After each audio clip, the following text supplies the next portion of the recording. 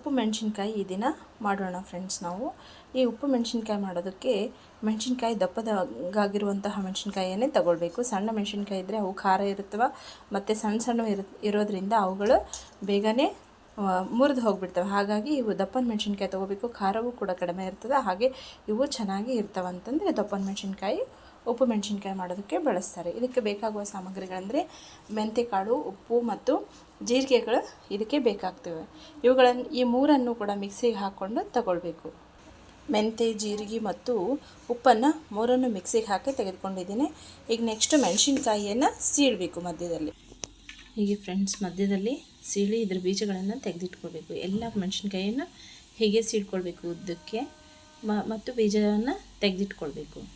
ಹೀಗೆ ಬೀಜವನ್ನು ತೆಗೆದಿಟ್ಕೊಂಡು ಮೆಂತ್ಯ, ಜೀರಿಗೆ ಮತ್ತು ಉಪ್ಪಿನ ಪುಡಿ ಮಾಡಿರುವಂತಹ ಪುಡಿಯನ್ನು ಇದರಲ್ಲಿ ತುಂಬಬೇಕು. ಈ ರೀತಿ ಜೀರಿಗೆ ಪುಡಿಯನ್ನು ಚೆನ್ನಾಗಿ ತುಂಬಿಕೊಳ್ಬೇಕು ಎಲ್ಲದರಲ್ಲೂ. ಸರಿ ರೀತಿಯಾದಂಥ ಪ್ಲಾಸ್ಟಿಕ್ ಡಬ್ಬಿಯಲ್ಲಿ ಈ ಮೆಣಸಿನ್ಕಾಯಿಗಳನ್ನು ಹಾಕ್ಕೊಳ್ಬೇಕು. ಇದರಲ್ಲಿ ಮಜ್ಜಿಗೆಯನ್ನು ಅವು ಮುಳುಗೋವರೆಗೂ ಮಜ್ಜಿಗೆಯನ್ನು ಹಾಕಿ ಒಂದು ನೈಟ್ ಇಟ್ಬಿಡಬೇಕು. ಹಾಗೆ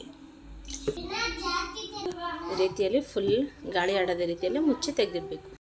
ಹಾಗೆ ಜೀರಿಗೆ ಮತ್ತು ಉಪ್ಪು, ಮೆಂತ್ಯಕಾಳು ಪುಡಿ ಹಾಕಿ ಮಜ್ಜಿಗೆಯಲ್ಲಿ ನೆನೆಟ್ಟಿರುವಂತಹ ಮೆಣಸಿನ್ಕಾಯಿ ಎಲ್ಲ 3 ರಿಂದ 4 ದಿನಗಳ ಒಣಗಿಸಿದ ನಂತರ ಇವು ಹೀಗೆ ಒಣಗಿ ರೆಡಿಯಾಗಿವೆ.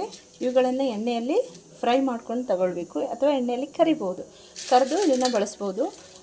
ಹಾಗೆ ಹೋಳಿಗೆ ಜೊತೆ ಇದು ತಿಂದರೆ ತುಂಬ ರುಚಿಕರವಾಗಿರುತ್ತೆ. ಊಟದಲ್ಲಿ ಸೈಡಲ್ಲಿ ಹಪ್ಪಳಗಳ ರೀತಿಯಲ್ಲಿ ಇವುಗಳನ್ನು ಸಹ ಬಳಸ್ಕೊಳ್ತಾರೆ.